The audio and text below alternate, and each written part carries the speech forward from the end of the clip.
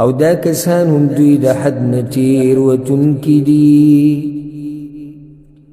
شکر وباسئ چې کله الله تا ته امن نصیب کړی او د مسلمانانو په ملک یې پیدا کړی په دې شکر وباسئ. الله وایي که دا کافران د باندې زورور شي نو نه دې خپلولۍ ته ګوري نه دې لوزونو ته ګوري، ښه زیاتی به راسره. او چې کله ته یو مسلمان ملک کې او خپل عبادتونه کې منځونه کې روجې نیسي درسونه کې ذکر او اذکار کې ګیره دې پرېښودې ده پنسل دې ګیټونه بره دي دعوت کې د دین پروګرامونه کې او په تا پابندي نه ده څومره اوچت نعمت دا بس زور لګوي که نه د انګریزانو په ملکونو پسې ځان مړ کړي سم په لکو روپۍ لګوي خو چې بس دغه د انګریزانو دې ملک ته ورسېږي جي هلته وایي هلته ډېره ترقي کړې ده ترقي دغه ازادۍ ته ترقي و نو ته به هلته څه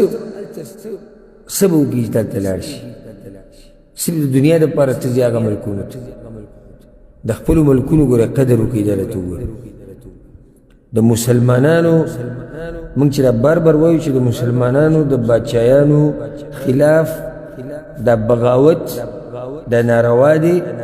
د کشرانو په زړونو کې بدګمانیانې مه پیدا کوئ مشرانو ته دا جدي دلاسه وایو چې د مسلمانانو دا ملکونه ګډوډ نه شي کمزوري نه شي او زموږ دشمن ګوره دا غواړي چې په ملک کې دننه فساد جوړ شي فساد جوړ شي نو ولې څه به وشي هغو ته لار کولی شو هم دقه مسلمانانو کې به خلکو له پیسې ورکوي او هغه به دا ملک هغه دې نه خراب کړي خلکو دا بعض وي نو ته وګوره سعودي عرب ته او ته وګوره پاکستان ته او ته وګوره مصر ته او ته وګوره فلاني ملک او دا مسلمانانو دا ملکونه به دي هلته دا دي هلته دا موږ منو من ذا الذي ما ساء قط ومن له الحسنى فقط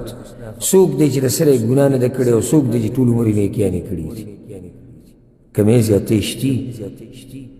خو بیا ملک د مسلمانانو دی تا پکې څوک د الله د عبادت نه منع کوي پنځه وخته ته جومات ته راځي ته درسونه اوري تا ګیره پرېښودې ده ته قربانیانې کې ته پکې د اختر مونځ کې ته پکې د استسقا مونځ کې ته پکې پروګرامونه کې علما پکې بیانونه کوي دا څومره اوچت نعمت دی څومره اوچت نعمت دی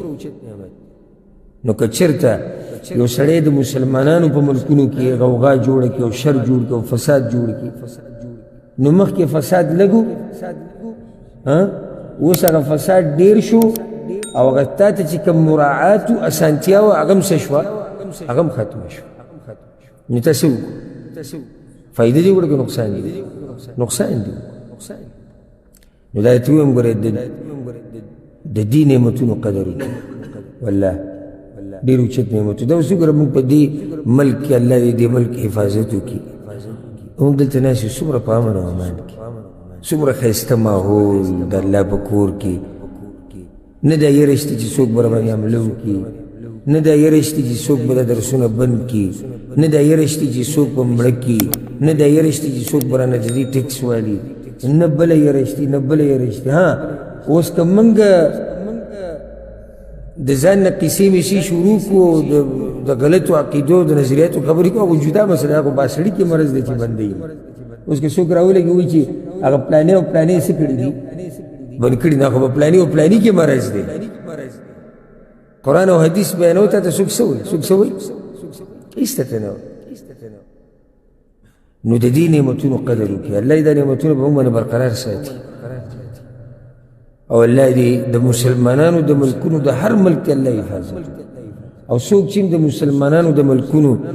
امن خرابول غواړي او يرول غواړي نو رب العالمین دې دغه خلک نیس ونابود کړي فإن تابوا وأقاموا الصلاة وآتوا الزكاة بس كتوبوا باسدوا يو پابندی کئی دمازا ورکی زکاة فإخوانكم في الدين نورون دستانسو پا دین کی